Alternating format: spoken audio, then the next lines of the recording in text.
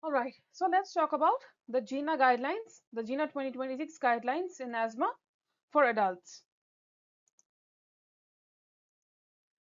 So in this slide, I'm going to give you a sort of a roadmap of what we're going to discuss. Now, this is basically a summary of the entire GINA guidelines in a single slide. Now, we are going to discuss each and every point that I mentioned here in great details later on. So, for now, just focus on the bare outline of what is yet to come. So, in asthma, patients can present either of the two ways. They can present with an acute asthma or an exacerbation, or they can present with some stable baseline symptoms or even during an asymptomatic phase. Now, remember the definition. Asthma is a chronic airway inflammation where the symptoms vary over time and vary in intensity. Now, why is this important? Remember, in COPD, patients also have exacerbations, intermittent exacerbations, and the rest of the year they have some stable baseline symptoms. And the difference with asthma is in COPD, the baseline symptoms are very steady. They do not vary in intensity a great deal. But in asthmatics, even the baseline symptoms show a great deal of variability. So they might be higher at night time or in early morning, or the symptoms might increase during a certain exposure or during certain times of the year, and so on. So there is always a variability component in asthmatics, right? Now let's say the patient presented with the stable symptom state or an asymptomatic phase. So we have to make an initial diagnosis of asthma in these patients, and we are also going to do the phenotyping of the kind of asthma that the patient has, because asthma is a heterogeneous disease. It's not a single disease, right? And we're also going to talk about multimorbidity. The multimorbidity is what? It's asthma with one or more comorbidities, right? And we're going to manage all of these. So the management may be pharmacological. Now this how the pharmacological management takes place is guided by the GINA Steps and Tracks that we have all seen before, and we're also going to talk about the Asthma Action Plan on the part of the patients. We're also going to talk about the non-pharmacological managements and some other treatment modalities. Now in this video, I'm also going to touch upon asthma in pregnancy as well as management of the comorbidities that I mentioned. Now, after the management, we are going to follow these patients up after 1 to 3 months or earlier if the symptoms are more frequent. And we are going to do a cycle of assessment, adjustment, and review. Now, this cycle is going to continue over many phases as required in each patient. Now, within assessment, we are going to, one thing that we are going to assess is severity. Now, note this, unlike other diseases, the assessment of severity of asthma is a retrospective thing. We are not assessing the severity when the patient presents to us in the first place. We are giving the treatment, we are following them up, and then we are assessing the severity while on treatment.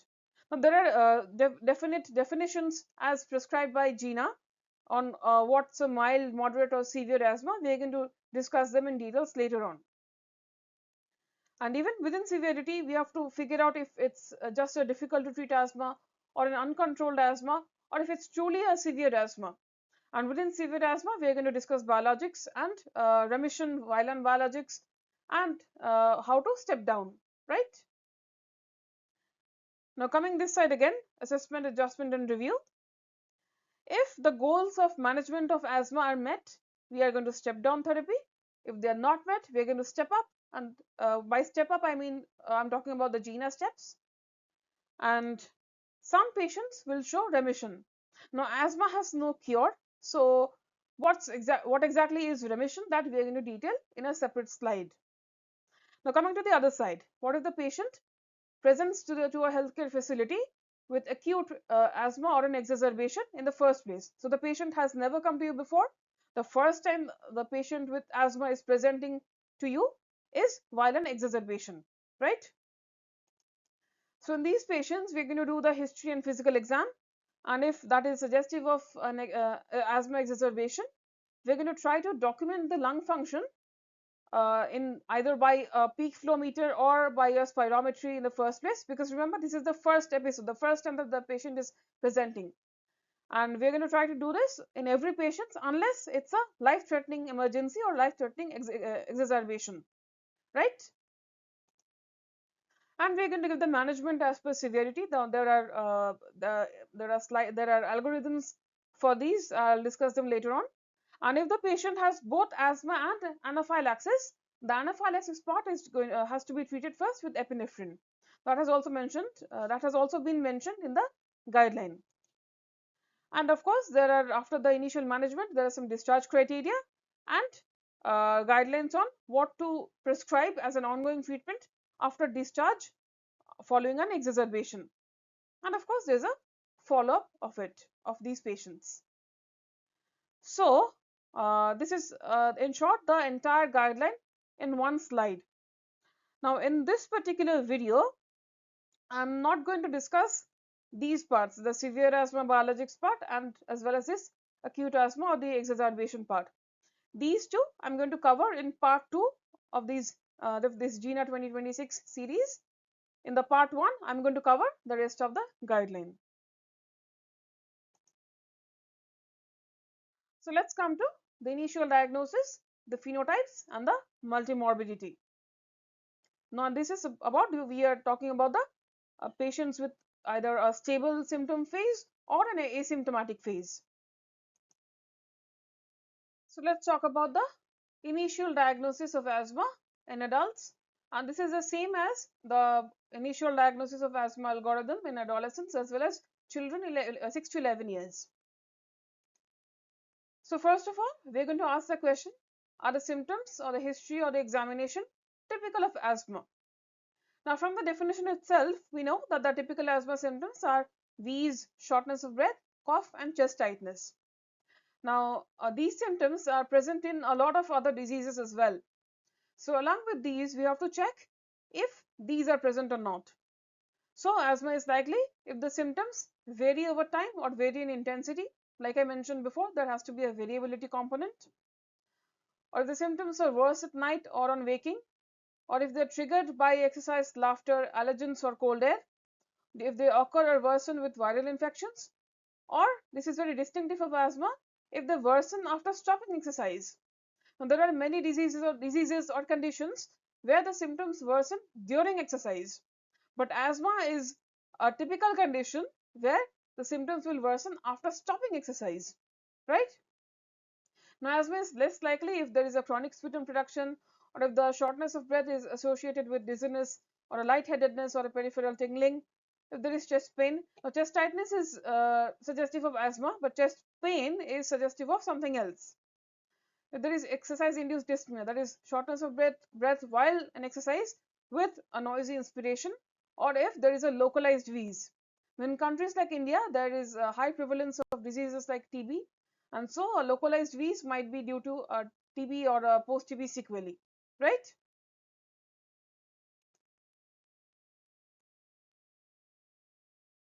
So let's say you have figured out if the symptoms, the history and the examination are typical of asthma. What next? So this is the entire algorithm. Now I've summarized it as here. So if the symptoms are typical of asthma and the lung function test, that is either a spirometry or a peak expiratory flow with a bronchodilator reversibility, these tests do show variable expiratory airflow. If both of these are present, then the asthma is confirmed and you can start treating it as an asthma patient, as an asthma case with an ICS, that is an inhalational corticosteroid containing treatment for these patients. Now, if either one is present, so either the symptoms are typical of asthma or the lung function is showing the variable expiratory airflow. Both are not present together. So in these patients, you can try doing biomarkers. Now we are going to talk about what biomarkers we are talking about. Now whether or not the biomarkers are present, we are going to start the patients on empirical inhalational corticosteroid containing treatment, provided we have ruled out other diagnosis, and we are going to follow these up 1 to 3 months later, right? So if there are the symptoms or the lung function have improved, then obviously we had a patient of asthma in the first place. If not, we have to refer these patients to a higher center for the diagnosis of asthma or any alternative diagnosis. Now, if no symptoms are typical of asthma, as well as there is no variable expiratory airflow in lung function test, then obviously the patient likely has an alternative diagnosis, right? So this is how the initial diagnosis of asthma is made. So we talked about the variable expiratory airflow in the last slide, right? So what do we exactly mean by that? So first can be a bronchodilator responsiveness.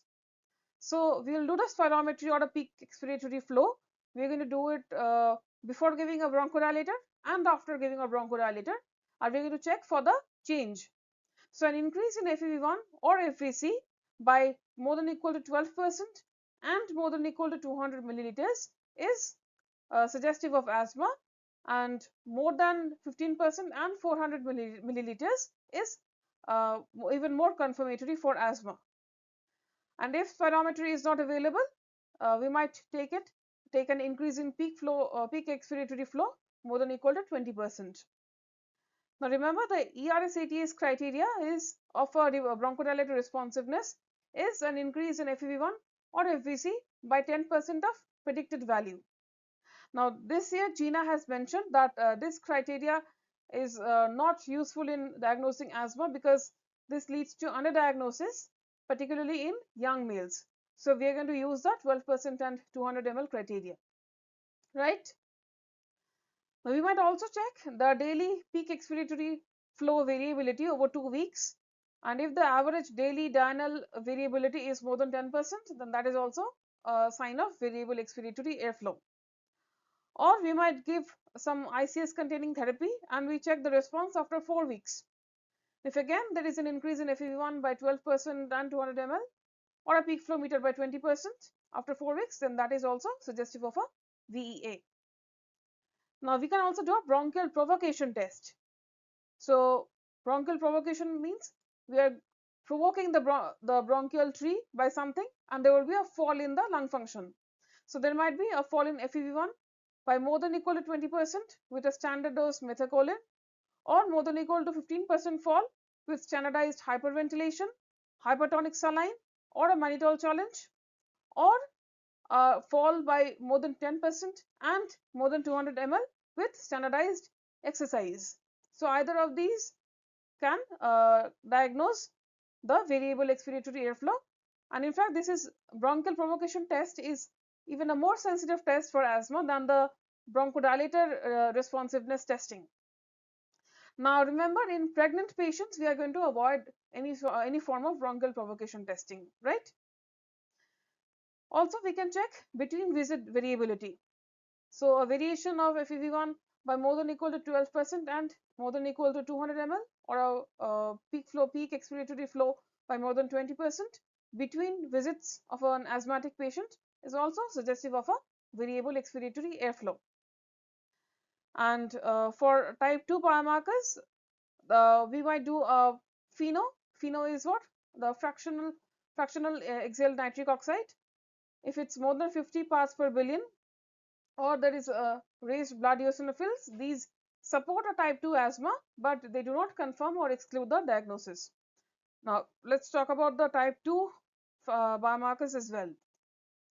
So these are the type 2 inflammation markers, or the inflammation suggestive of a type 2 helper cells, type 2 helper lymphocyte involvement in the asthma pathophysiology. Now we're going to discuss the asthma pathophysiology in more details when we discuss biologics later on. So the first biomarker is pheno, like I discussed earlier. This supports a type 2 diagnosis. The cutoff for adults is more than 50 parts per billion.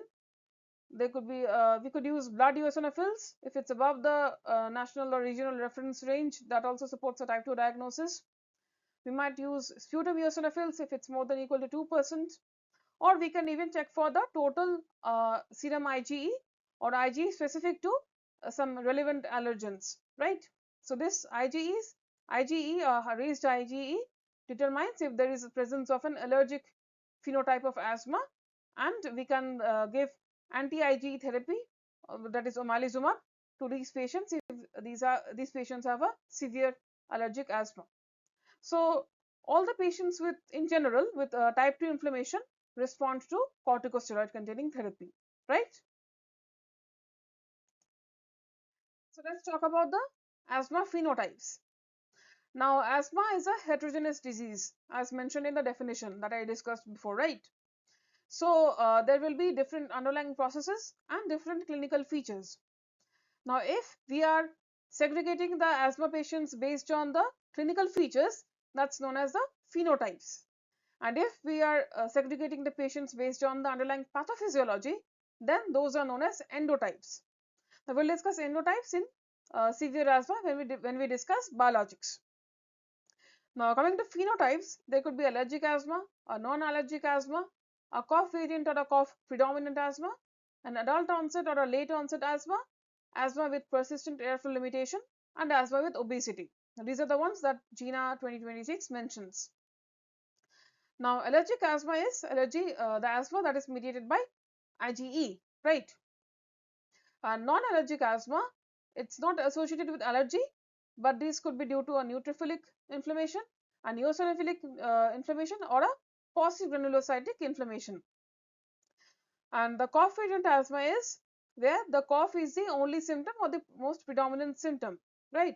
So in these patients, the airflow limitation may be absent except maybe on provocation testing. So bronchodilator responsiveness might be negative, but a bronchoconstriction or a bronchial provocation test will come positive. So some of these patients with a cough variant asthma might develop wheeze or bronchial hyperresponsiveness like the usual asthma patients later on. And the allergic asthma, the eosinophilic non-allergic asthma, and the cough variant asthma, these are the only three phenotypes who respond to inhalational corticosteroids. The neutrophilic asthmatics, the postgranulocytic asthma, the adult onset asthma, the asthma with persistent airflow limitation, as well as asthma with obesity. These patients do not respond well to inhalational corticosteroid or any other corticosteroid containing therapy for that matter. Now, what's adult onset asthma? So this starts first time in the adulthood, especially in women, and these might be triggered by occupational exposure or allergens or chemicals or irritants. And asthma with persistent airflow limitation is if a patient of asthma has a long-standing disease and has not taken a therapy properly, then the airflow the expiratory airflow is not variable anymore. It becomes a persistent airflow limitation. So these patients develop features, those are similar to COPD, where there is a persistent obstruction in the airflow, right? So this happens because of airway remodeling. Now these patients, needless to say, are not very much responsiveness to inhalational corticosteroids. And there are some patients who have asthma with obesity. So these patients are obese and they have prominent respiratory symptoms and they have a different pattern of airway inflammation. And obviously, like I mentioned before, these patients do not respond well to inhalational corticosteroids, right? So if we know the phenotypes, we'll know which kind of therapy these patients will or will not respond to. So these are the common comorbidities that are present in asthmatics. Now remember I mentioned the word multimorbidity, which means that there is presence of one or more additional chronic condition alongside asthma. Now what are these conditions? This could be obesity. This could be an upper airway condition like chronic rhinosinusitis or nasal polyps and so on. There could be other psychosocial factors like anxiety and depression. Now it's very difficult actually to diagnose an asthma in patients who have anxiety.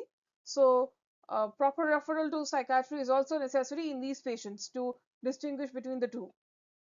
So there could be GERD, there could be obstructive sleep apnea, and there could be both asthma and COPD in the same patient, right?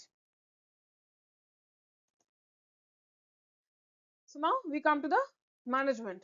The first management that we're going to talk about is the pharmacological management of asthma.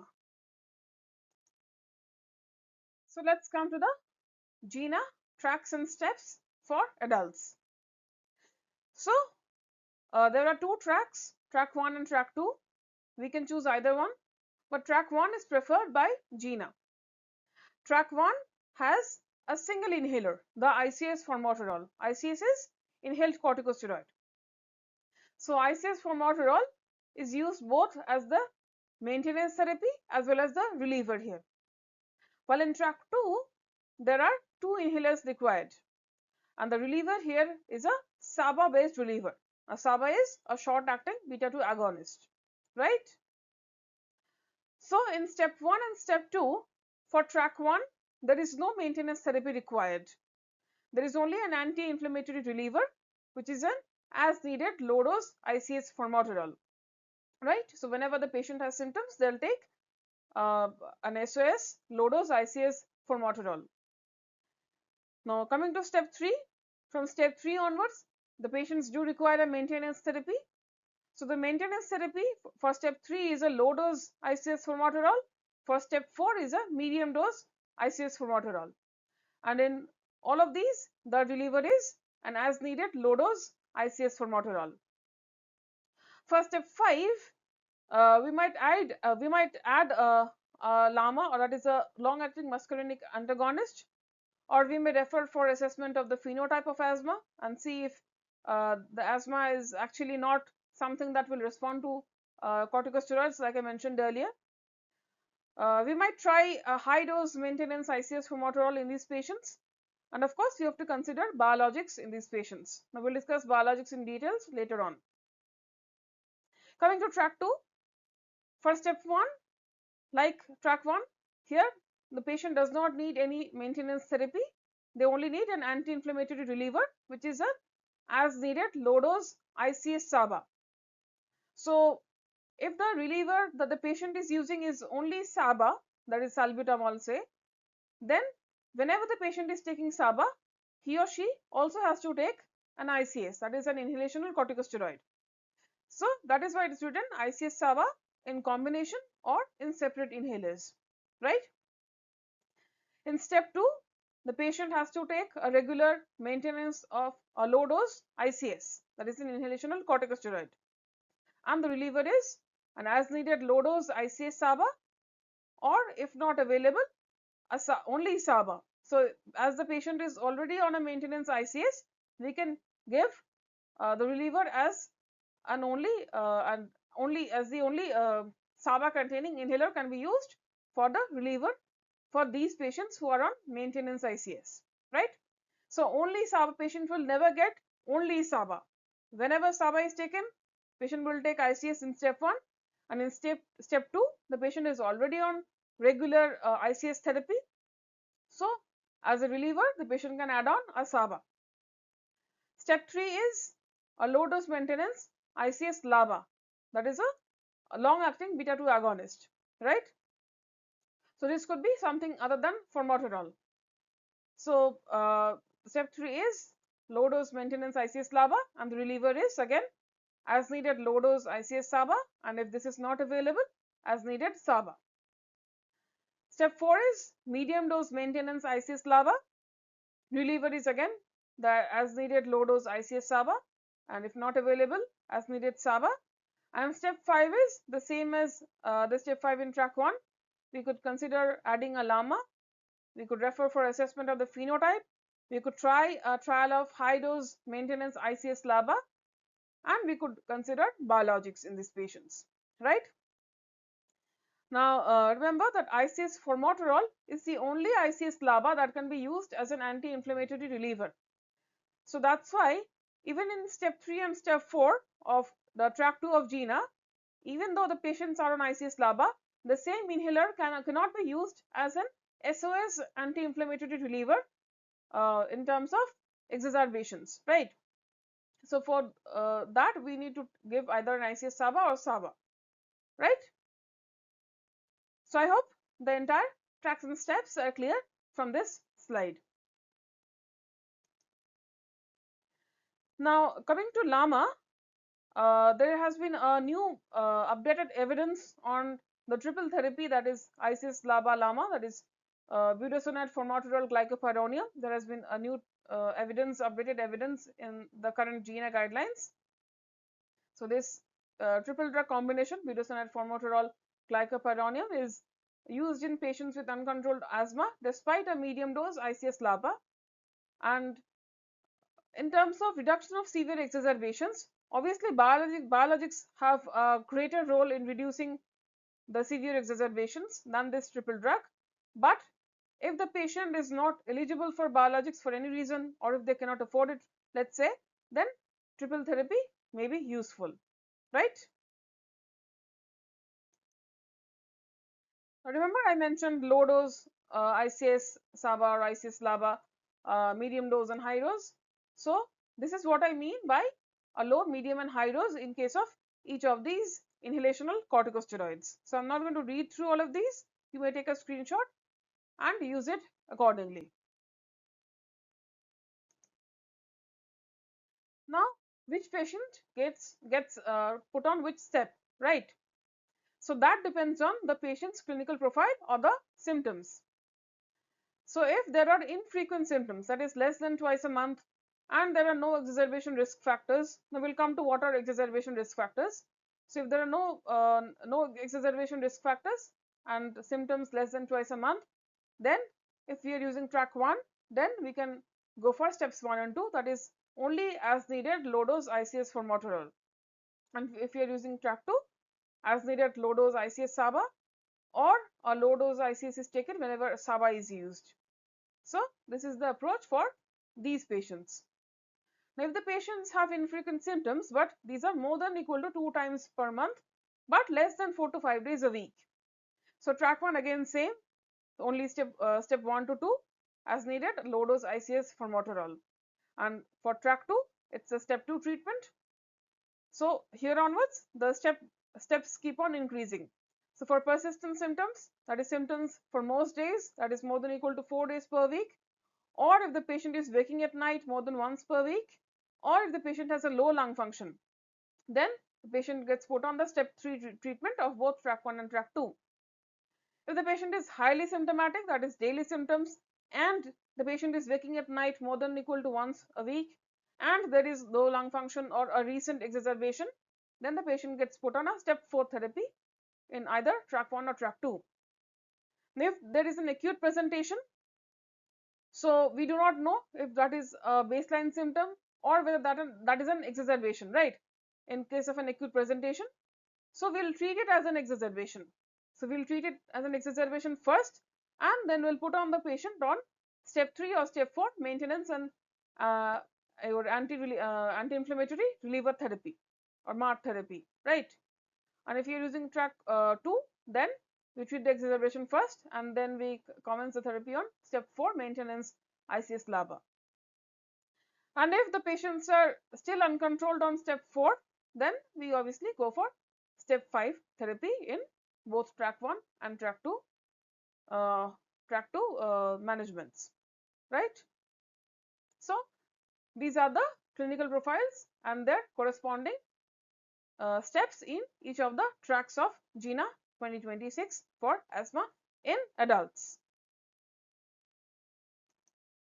Remember, while profiling the patients for putting them on the correct steps of the tracks of the therapy of GINA 2026, I said we have to check whether there is an asthma exacerbation risk factor, right?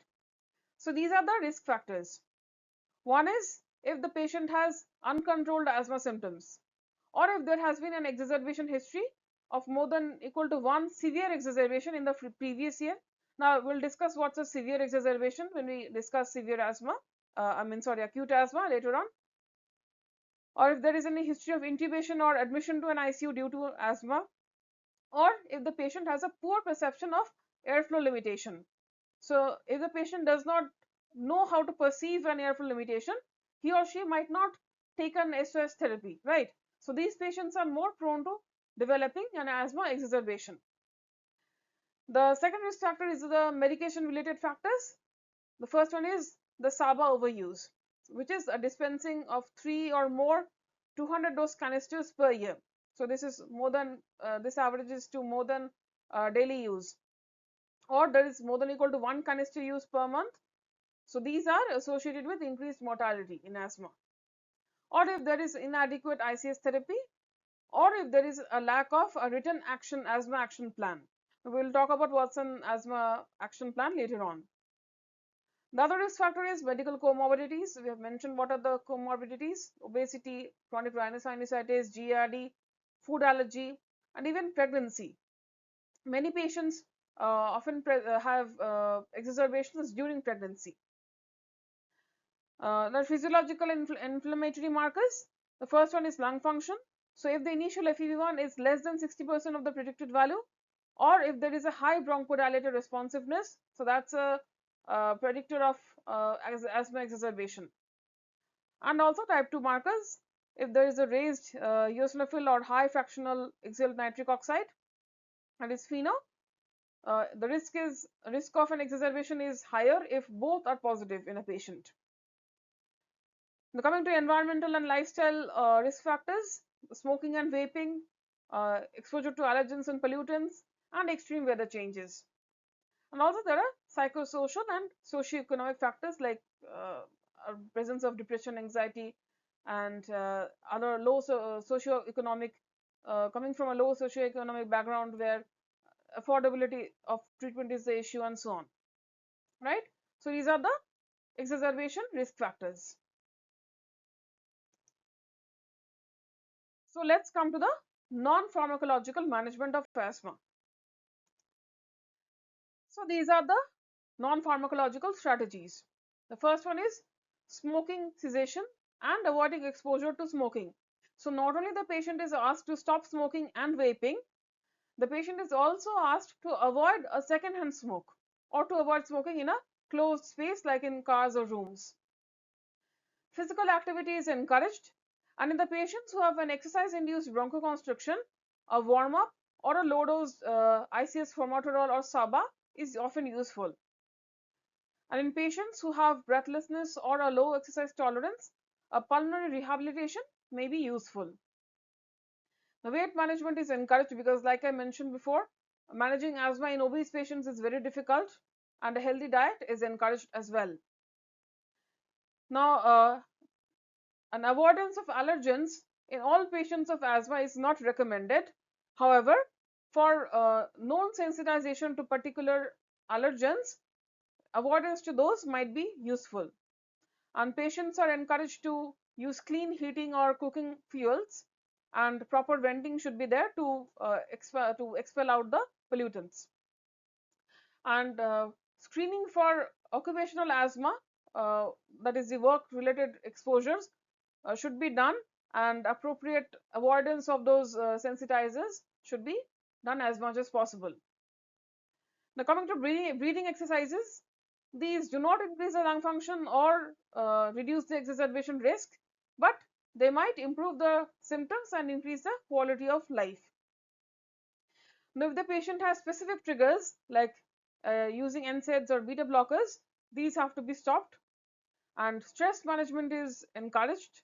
And coming to vaccines, GINA 2026 suggests these vaccines: the yearly influenza vaccine, and the rest as per the local guidelines: the pneumococcal vaccine, the pertussis vaccine, the RSV, and COVID-19. Now also, uh, a very important aspect of the non-pharmacological strategy is teaching the patient the self-management of symptoms.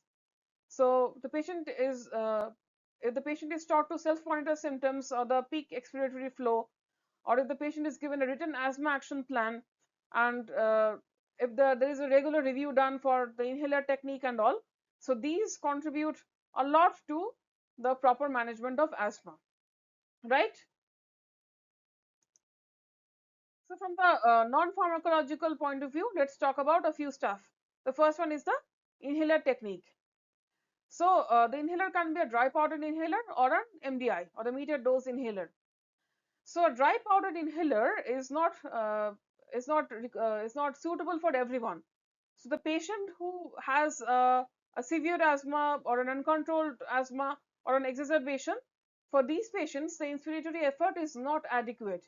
DPI is required, a very adequate inspiratory effort for the drug to deposit properly. So if the effort is adequate, we can prescribe DPIs. So for these, the one dose is loaded. The patient is asked to breathe out and a strong and a rapid breath in, and the breath hold is done for 5 seconds or more if the patient can do so. Coming to MDIs, there are two techniques. The MDI can be used with or without a spacer. So the patient has to breathe out first, then actuate once, that is the one puff is called an actuation. So one puff, then there is a deep, slow and deep breath in. So this was a rapid and a deep breath in for DPIs. This is a slow and a deep breath in, and the patient is asked to hold the breath for 5 seconds or more if the patient can do so, right? Now there is another technique which is the tidal breathing technique with the spacer, and this is used during severe exacerbations or for very young children. So this can be used directly as inhaler and the spacer, or if there is an elderly frail patient or in very young children, an additional mask, face mask can be used. So in these, there is one puff, it's the inhaler, there is one puff is given, and the patient takes in 5 to 6 tidal breaths, that is a normal breaths, after each puff from the spacer itself, right? And one important thing, before any sort of MDI, be it the single breath hold or the tidal breathing, the MDI is to be shaken before each actuation. Now why? Now inhalers come in two forms. One is the suspension and one is the solution form. So we do not need to know in great details, but let's just remember that in some inhalers the drug is present more in the bottom part. So in these kind of inhalers, the initial doses, the initial actuations will have a higher dose of the drug, but the later actuations will have less dose of the drug. Now contrary to these, some inhalers have a higher dose here in the top and lower dose at the bottom. So here there will be opposite. The first doses will have a low, the first actuations will have a low dose of the drug, and the later actuations will have a higher dose. Now a common example of this is salbutamol, the MDI is salbutamol. Salbutamol has a higher dose at the bottom. So what happens is, let's say during an exacerbation you give 4 puffs of salbutamol. We'll talk about the acute management later on. So what happens is, we are giving a higher dose of salbutamol if we are not shaking the inhaler, right? We are giving higher than the intentional dosage. So a higher dose of salbutamol will cause lactic acidosis, and if there is a metabolic acidosis, the patient will want to wash out CO2, which is a respiratory acid. So there will be an increased number of respiratory there will be an increased respiratory rate, and that will lead to an inappropriate grading of the severity of asthma. So we might think that a patient is having an increased respiratory rate because of the asthma severity, but actually in actual the patient is basically hyperventilating because the patient has lactic acidosis due to a higher unintentional higher dose of salbutamol, right? So that is why we have to shake the MDI before each actuation. Now coming to another non-pharmacological aspect, the Asthma Action Plan. Now this is from the asthma teaching slide, the GINA teaching slides. This is what an asthma action plan looks like. What to do in a normal situation, what to do during a flare up, what to do during an emergency, what's an emergency, who to call, and so on, right? So this is what the asthma action plan is supposed to contain. It is a short-term plan that the patient is supposed to undertake for worsening asthma, and that is over 1 to 4 weeks, right? So this is a huge table. The basic summary is this. So the patient has to increase the reliever on an SOS basis. So if the patient is already on ICS formoterol or on ICS SABA, then the patient automatically receives an additional inhalational corticosteroid as well as symptom relief with each extra dose, right? And the patient is asked to seek medical care if more than 12 puffs are needed within 24 hours. Now what about maintenance therapy? Now if the reliever is ICS formoterol or ICS SABA, then the patient's usual maintenance dose of ICS or ICS-LABA is continued. But if the reliever is SABA, then the maintenance dose of the ICS, that is whatever the inhalational corticosteroid containing inhaler the patient is taking, that dose has to be increased by almost 4 times, quadrupled for the next 1 to 2 weeks. And again, the patient has to seek medical care if the patient is taking more than 12 puffs of SABA within 24 hours, or if the patient is needing SABA every 4 to 6 hours, right? And basically, the asthma action plan template is going to be different for each patient, and it is supposed to be customized to the patient's treatment that the patient is on as per the GINA steps, right? So you can create your own asthma action plan based on these recommendations. Now coming to the other management modalities of asthma. So the first thing is immunotherapy. So this is an add-on therapy for patients who have a clinically relevant allergen sensitization but have a stable asthma. So there are two modalities, the subcutaneous immunotherapy and sublingual immunotherapy. Now first of all, most of these immunotherapy studies have been done in mild asthma patients, right? So most of the evidence comes from mild asthma. For severe asthma patients, we have to check for risk versus benefit ratio and then manage accordingly. So for SCIT, that is subcutaneous immunotherapy, the method is basically we inject the allergens in increasing doses over 3 to 5 years. Now the benefits have been shown as a decrease in the inhaled corticosteroid need, an increase in quality of life, an increase in lung function, and a decrease in reliever use. Now this obviously has a risk of severe anaphylaxis, and therefore we do not give SCIT in an uncontrolled asthmatic. And the injections have to be given in a medical facility with trained staff, and we have to observe the patient for more than 30 minutes for symptoms of anaphylaxis after each injection. Now coming to sublingual immunotherapy, these are allergen tablets or drops given under the tongue. So examples are house dust mite slit or ragweed slit. So HDM or house dust mite slit is given in adults or adolescents with the sensitization to house dust mite. And the criteria is persistent symptoms despite low or medium dose inhalational corticosteroid, but the FEV1 is more than 70% of predicted value, not less. So we do not give slit to a patient who has a low FEV1 less than 70%. So the benefits is again less symptoms and may reduce the ICS dosing.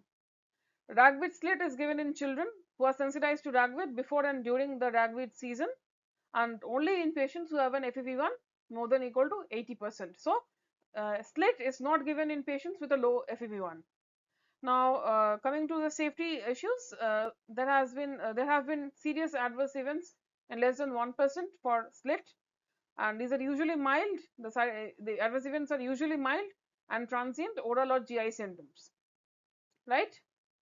So like I said before, the immunotherapy is evidence of immunotherapy in asthma is mostly from mild asthmatics, and we have to identify the allergen to which the patient is sensitized to, otherwise there is no use, and there has to be a shared decision making between the patient and the doctor.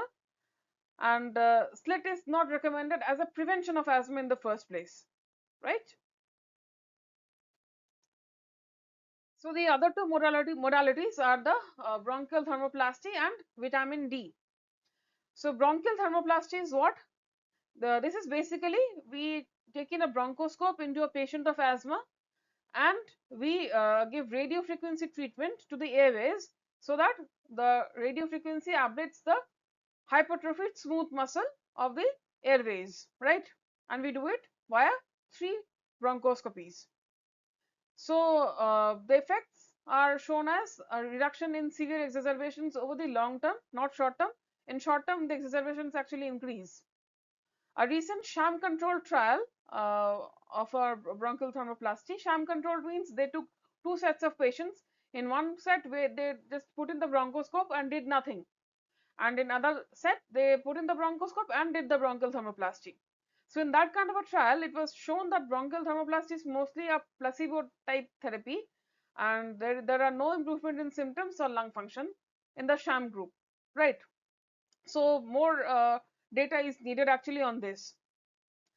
So who may benefit? Adults with severe uncontrolled asthma, persistent symptoms despite an optimized high dose ICS LABA, and who are not suitable for or they do not have access to biologics. Now, limitations is the evidence is limited, like I said before, and very long term safety data is still needed, because uh, we are giving radiofrequency treatment, we are reducing the smooth muscle mass, but in most patients after a few years the smooth muscle gets hypertrophied again, right? So we do not know exactly what are the long term situations, and more study is required on the same. Now, this is to be used in caution with patients who have an FEV1 less than 60% of predicted value, or a chronic sinus disease, or patients with frequent chest infections. And GINA suggests that bronchial thermoplasty is to be preferably performed within clinical trials or registries, not as a usual routine treatment for all kind of asthma patients. Now coming to vitamin D, now there have been several studies showing that low vitamin D is associated with lower lung function, increase in exacerbation frequency, and a low corticosteroid response. So the supplementation of vitamin D may reduce exacerbations requiring systemic corticosteroids, and we want to reduce the need for OCS, or OCS means oral corticosteroid or any form of systemic corticosteroid, and may improve symptoms in patients who have a baseline or low baseline 24 hydroxy vitamin D. So the overall there is no good evidence for routine vitamin D supplementation for improvement of asthma control or reduction in exacerbation, especially in preschool children and severe asthma patients. More data is needed, right? Now coming to the management of comorbidities. So the first one was obesity, right? So first of all, we have to document the BMI in all patients of asthma, and we have to, if the patients are found to be obese, we have to advise them weight loss. So even a 5 to 10% weight loss improves the lung function, improves symptomatic control, and decrease the medication needs. And in the new GINA 2026, they have mentioned that in patients who also have diabetes, the GLP-1 receptor agonists may reduce exacerbations by its weight loss plus minus anti-inflammatory effects, and further prospective evidence is awaited.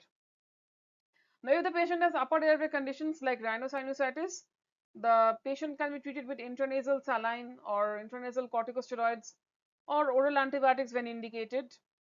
So basically, we are trying to increase the sinonasal quality of life.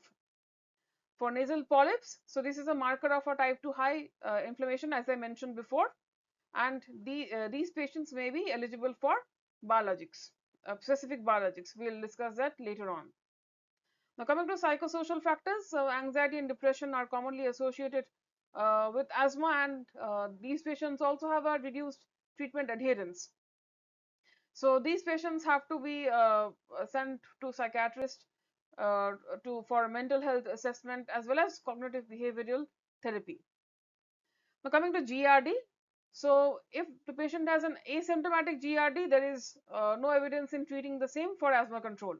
But if there is a symptomatic GRD, it is to be treated for its own benefit. Coming to obstructive sleep apnea, this is often associated with obesity. So in these patients, CPAP, that is a continuous positive airway pressure therapy, reduces moderate asthma exacerbations. Now coming to food allergy and anaphylaxis, if there is a confirmed food allergy, there is obviously an increase in asthma related death.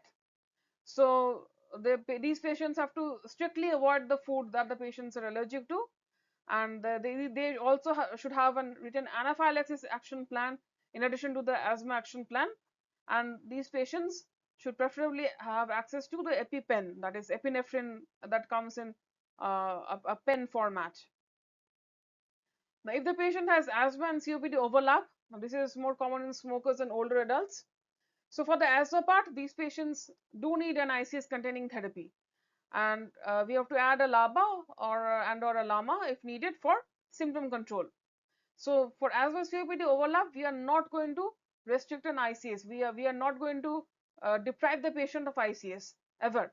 So these patients will always get an ICS, and with it a LABA or a LAMA or both, right? So these are the management of comorbidities.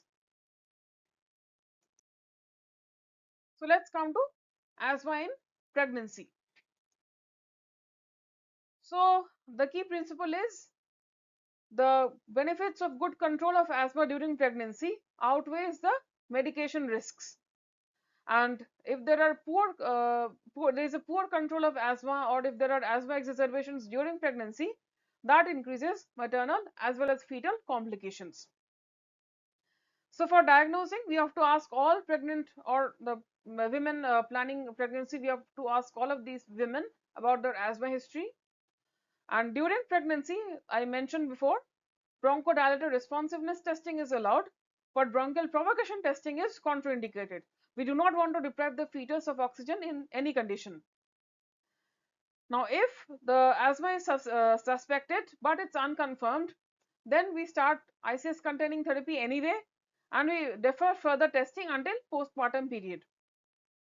And during entire pregnancy, we do not step down ICS treatment to confirm the diagnosis.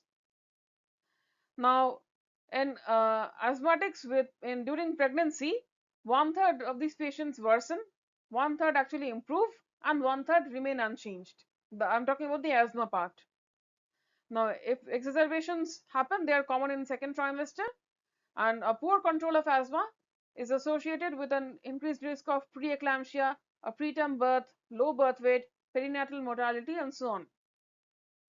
And a maternal inhalational corticosteroid may even decrease asthma risk in the offspring, right? So we are not only treating the mother, we are also treating the child when we are giving a proper ICS containing treatment to the asthma patients, right? So the routine management is given as per the GINA tracks and steps, and we have to review every 4 to 6 weeks. And we have to continue the ICS containing therapy, and we are going to avoid treatment step down until after delivery. And we have to manage the risk factors of exacerbations like smoking, obesity, as well as viral infections. Now coming to medications, what to use. So inhalational corticosteroid, beta 2 agonist, montelukast, theophylline, these are considered safe. Now biologics have limited, regarding biologics, there are limited data, but the omalizumab registry is showing reassuring data, and on a preliminary basis. More data is needed obviously.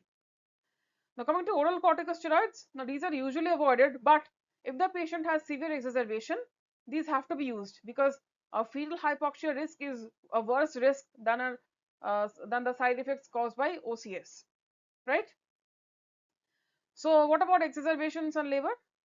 So exacerbations have to be treated aggressively in pregnant women with SABA, with supplemental oxygen, and early systemic corticosteroids. This could be oral corticosteroids or an IV one. Now during labor, the usual asthma medications are to be continued, and if there is the patients often hyperventilate during labor, and if there is an hyperventilation induced bronchoconstriction, a SABA may be used. And remember this, if the mother has received a high dose SABA within 48 hours of delivery, then the baby needs to be monitored for hypoglycemia, particularly a preterm baby, right? So these all need to be kept in mind when dealing with a asthmatic during pregnancy.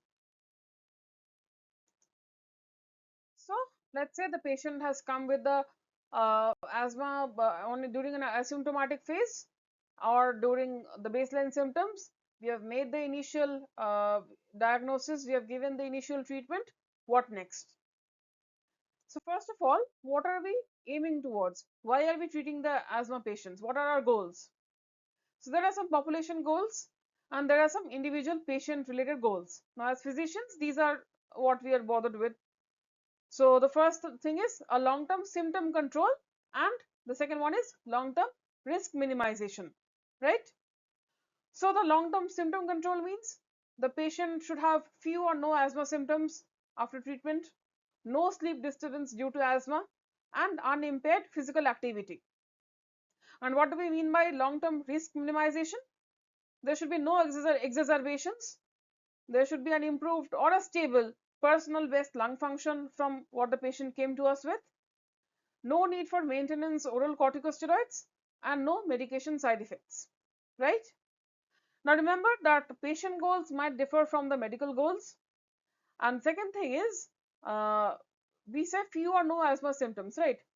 But even few or no symptoms do not eliminate future risk. So many patients might have few or no asthma symptoms, but might develop fatal exacerbations later on, right? So that's why we never actually stop treatment. So patient is always put on an as needed, the minimum treatment that the patient can be put on is a as needed SOS basis ICS containing treatment, right? So that needs to be continued throughout life in adults. And there's one more thing, triggers such as viral infection, allergen exposure, and air pollution can precipitate severe attacks. So, like I mentioned, a regular avoidance is not recommended, but if we know that sensitization is present, then obviously those exposures are to be avoided. Now coming to follow-up, assessment, adjustment, and review of asthma in adults. So we do not just prescribe treatment and let the patient go away. Treatment of asthma it happens in cycles. We see the patient, we follow the patients over and over again. We assess the patients, we adjust therapy, we review, and this cycle goes on and on till the personal best, the goals are achieved or there is a remission. So this is the follow-up, assessment, adjustment, and the review in one slide. So we follow up the patient 1 to 3 months after initial treatment. Now remember, this is not for an acute patient, not for a patient who has come to us with an exacerbation. This is for patients who have stable symptoms or are asymptomatic between exacerbations. So for these patients, after putting them on initial therapy, we follow up after 1 to 3 months.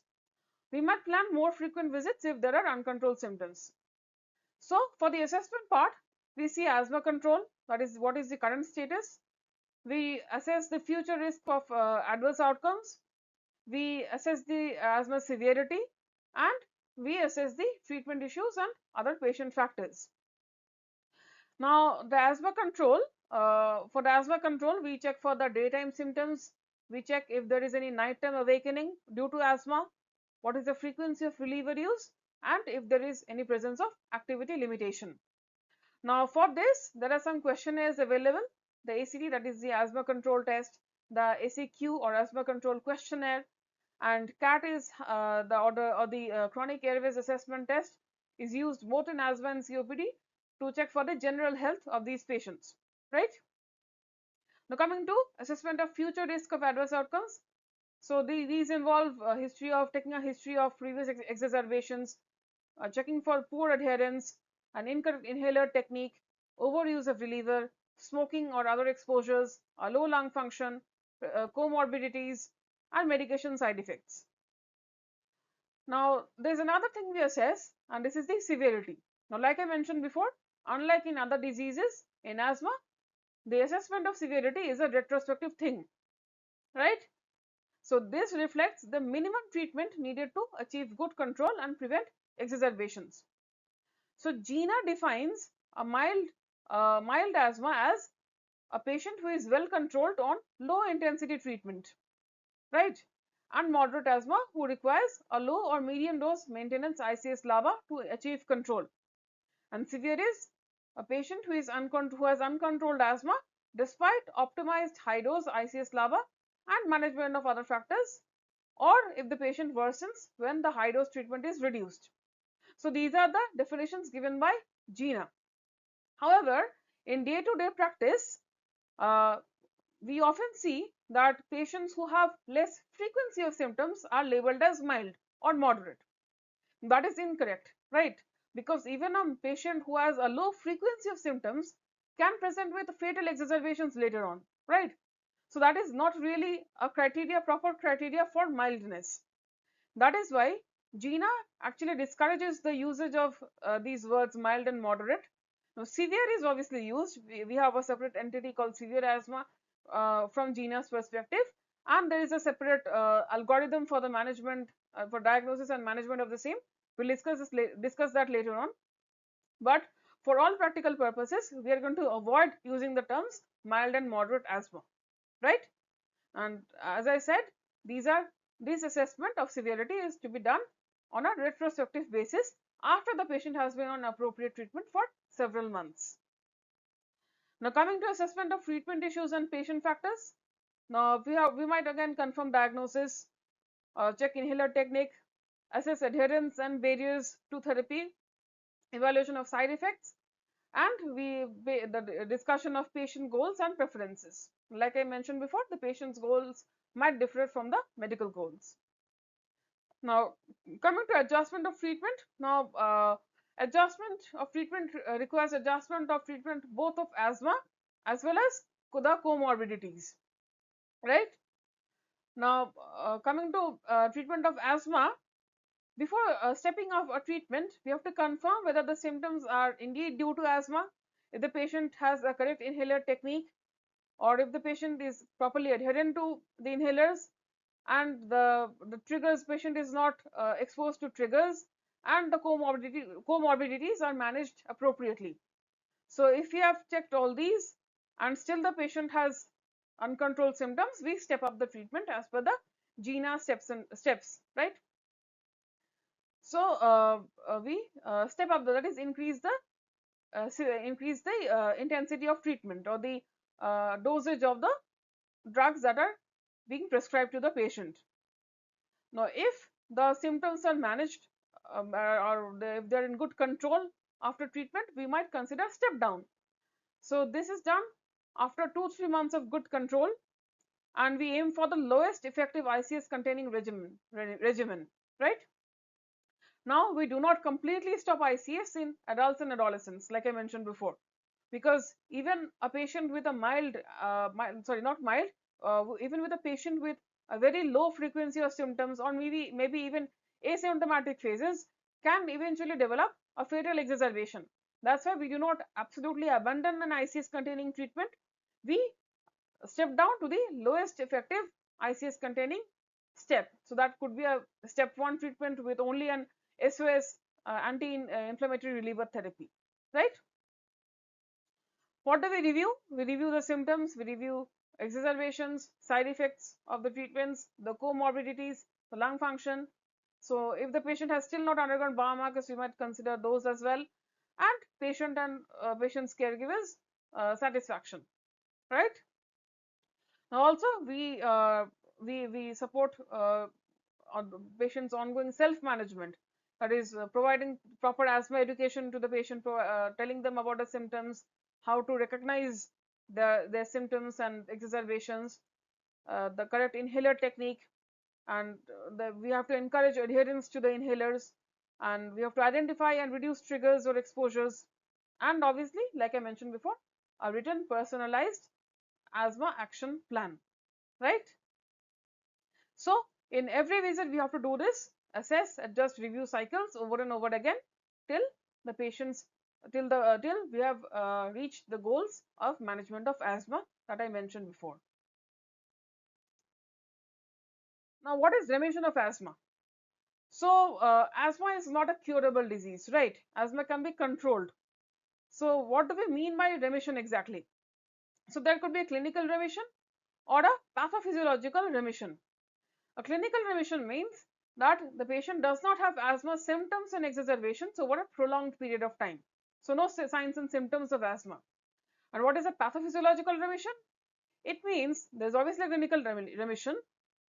In addition to it, there is a normalization of the lung function and the airway responsiveness and the inflammatory markers, meaning even the pathophysiology has gone quiet. So the pathophysiology which was predisposing to asthma, even that has gone quiet inside the patient. So that is a complete or a pathophysiological remission. So this remission can occur off treatment, that is without asthma medication, or on treatment, that is while the patient is receiving a biologic therapy for severe asthma. So we are going to talk about this particular remission while on biologics later on when we discuss severe asthma. So what is remission of treatment in adults? So clinical or complete remission, that is clinical or pathophysiological remission, may occur spontaneously or after stopping the control or treatment, or after cessation of exposure in some patients, like patients with occupational asthma. So for example, about 15.9% of adults with adult onset asthma achieved clinical remission, that is no symptoms and no asthma medication, within 5 years. So like I mentioned before, remission is not cure. Asthma is not a curable disease. So patients with clinical remission might still have the underlying pathophysiology intact. So they may still have a persistent airway hyperresponsiveness and an ongoing airway inflammation. Therefore, in these patients, asthma can recur after a period of remission. Now, what about pathophysiological remission? Even in these patients, first of all, we do not know all the pathophysiologies that asthma patients have. So maybe the type 2 pathway is silent now, but some other pathway might be active that we do not know how to check, or that we do not know about, right? Or these pathways can activate later on. So now they may be silent, but they might reactivate themselves later on, right? So none of these actually mean cure, and they might recur after a prolonged period of no symptoms, or no, after a period of remission, right? Therefore, an ongoing monitoring and management remains important. So we are going to continue the minimum possible ICS containing therapy for adults and adolescents throughout lifetime. So we come again to the flowchart that I showed at the beginning. So we have discussed asthma, the stable symptoms, the initial diagnosis, the phenotypes, the multimorbidity, the management, the pharmacological, non-pharmacological, and other modalities. We have discussed asthma in pregnancy, the comorbidities, and we have discussed the GINA steps, the Asthma Action Plan. We have also covered follow-up, the assessment, adjustment, review, the goals, the step down, and the remission. Now, like I mentioned before, I'll cover these areas, the severe asthma part and the acute asthma or the exacerbation part, in the next video.